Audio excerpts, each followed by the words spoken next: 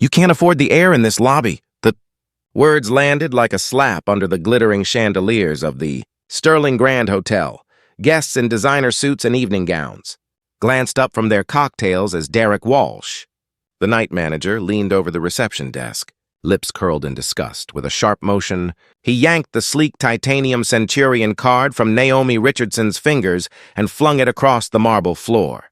It skidded, spinning under the golden light, before his polished Oxford loafer came down hard, grinding the 15,000 limit card into the floor as though it were gum on a sidewalk.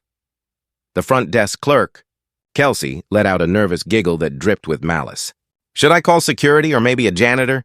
That thing looked stolen. Naomi didn't move. She stood in faded jeans, scuffed Converse sneakers, and a plain white t-shirt, her long hair pulled back in a simple braid. She looked nothing like the woman Forbes had once called the quiet billionaire. And that was exactly the point. The digital clock above the desk read 11:51 p.m. 9 minutes until her midnight investor call with Yamamoto Industries in Tokyo. A deal worth more than the Sterling Grand Hotel itself. Her pulse stayed steady. She had been insulted before. She had been underestimated before, but never in a place she owned. Naomi bent slowly, her movements calm, deliberate, the way a queen might adjust her crown in the middle of a battlefield. She picked up the card, still warm from Derek's shoe, and slid it back into her worn leather messenger bag. I have a penthouse reservation, she said evenly, placing her phone on the marble counter. The screen glowed with confirmation. Sterling Grand Hotel, penthouse suite, 455501. Guest Naomi Richardson. Derek barely glanced at it before scoffing. Anyone can Photoshop an email, sweetheart. You think we're stupid? Kelsey began typing lazily into the system, her smirk widening. But then her eyes froze on the screen. Her face paled. Derek? What now? He barked. There is a reservation, Kelsey stammered. For a Naomi Richardson. Penthouse suite. Paid in full. Derek turned sharply, his expression hardening. That's impossible. The real Naomi Richardson would never walk in here dressed like... He waved a dismissive hand at Naomi's outfit. That. Naomi tilted her head slightly, studying him with the quiet patience of someone deciding whether to swat a fly. Different, important. You mean rich enough to matter, white enough to belong, polished enough to meet your standards? A murmur rippled through the lobby. Guests were now openly recording, phones held high. Derek sneered louder, his voice dripping with condescension. Let me break this down for you. This is a 5-star establishment. We host Fortune 500 CEOs, celebrities, diplomats. Look around you. He gestured dramatically at the crystal chandeliers. The imported Italian marble, the mahogany reception desk. Do you see anyone else here dressed like they rolled out of a Walmart parking lot? The words echoed, sharp and cruel. Naomi glanced at the clock again.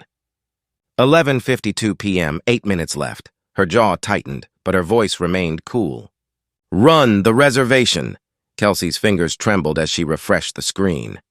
The name glared back at her in bold capital letters. Naomi Richardson, owner. Her mouth went dry. Derek. But Derek was too far gone, too blinded by arrogance to realize that every cruel word was sealing his fate. Naomi straightened, locking eyes with him, calm, silent, deadly certain.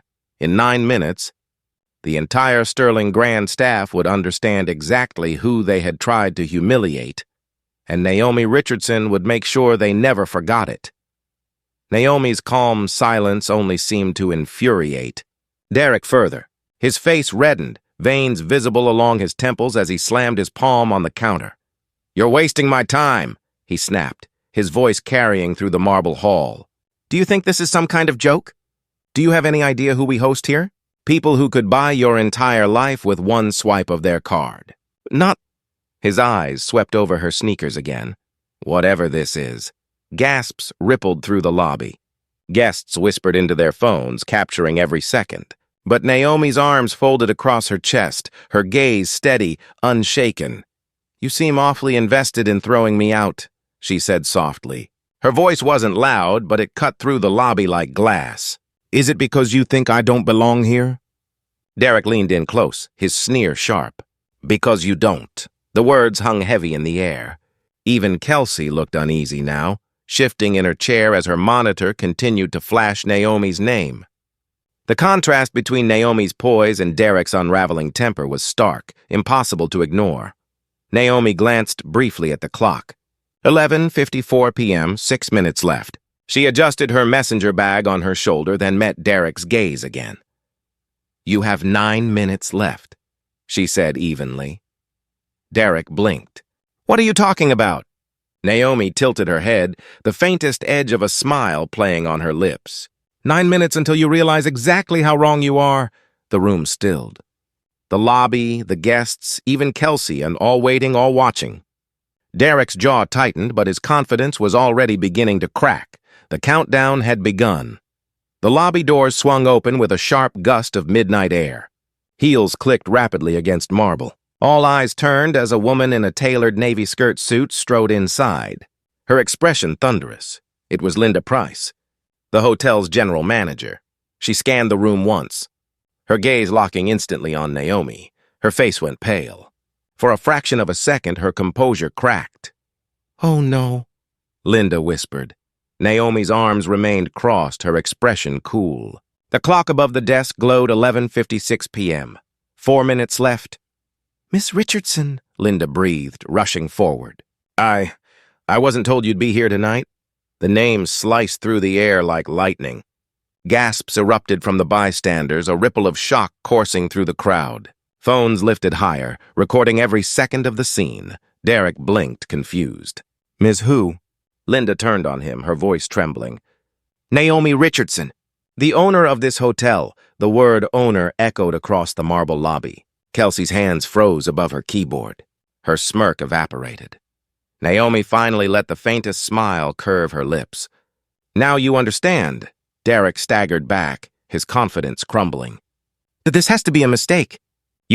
Her? Dressed like that?" Naomi's gaze sharpened. "Yes, her. The woman you just insulted, humiliated, and nearly threw out of her own property." Kelsey scrambled for words. "Ms. Richardson, I didn't mean—" "You meant every word," Naomi cut in smoothly. And so did he.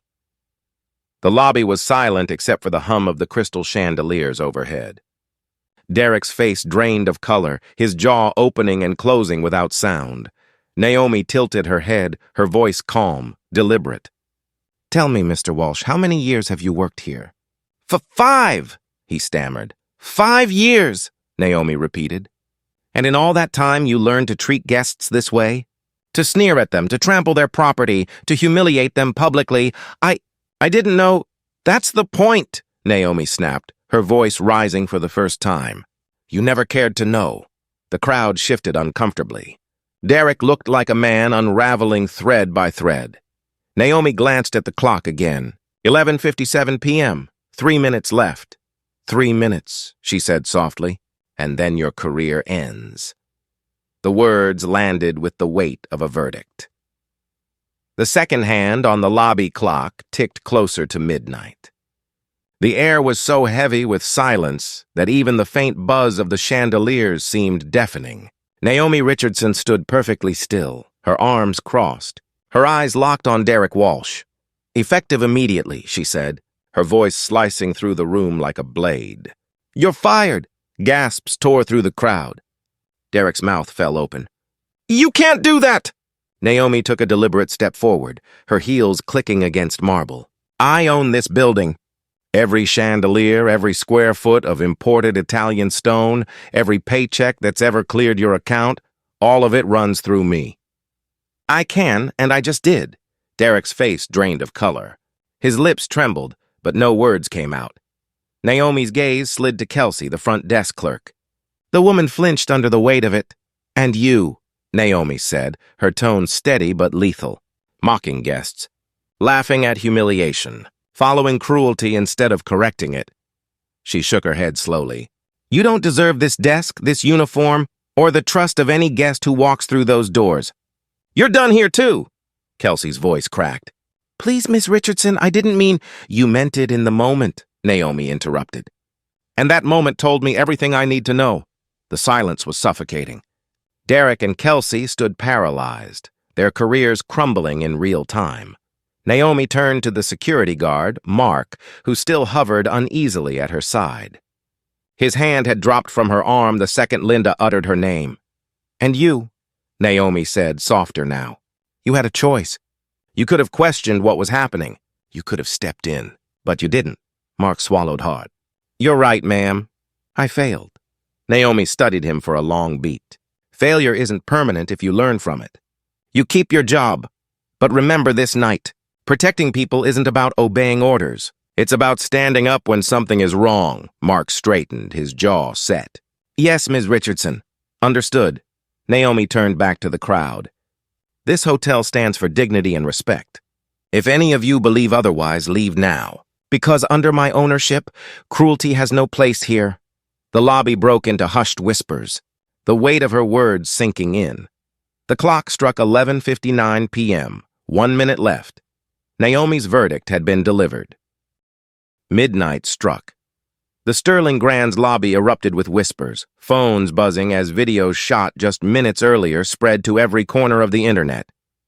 Within half an hour, hashtags like 9-minute firing and Naomi Richardson were trending worldwide. Clips of Derek grinding her titanium card under his shoe, of Kelsey's mocking laugh, and Naomi's calm, devastating words were stitched, shared, and dissected across every platform. By sunrise, the hotel's name wasn't just trending, it was a headline. Black woman denied a room at her own hotel. Fires entire staff 9 minutes later. But for Naomi Richardson, this was never about headlines. It was about principle. The following morning, she convened an emergency meeting in the Sterling Grand's largest conference hall. The room was packed with staff, some terrified, some hopeful, all silent. At the head of the table, Naomi stood in the same white shirt and jeans she'd worn the night before, as though to prove a point. "This hotel is not just marble and chandeliers," she began, her voice steady. "It's not defined by imported wood or luxury suites. It's defined by people, the ones who work here and the ones who choose to stay here. And if this place fails at respect, then all the luxury in the world means nothing." She let the words hang, watching faces shift.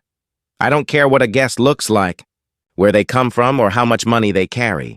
If they walk into this lobby, they belong here. Dignity isn't negotiable.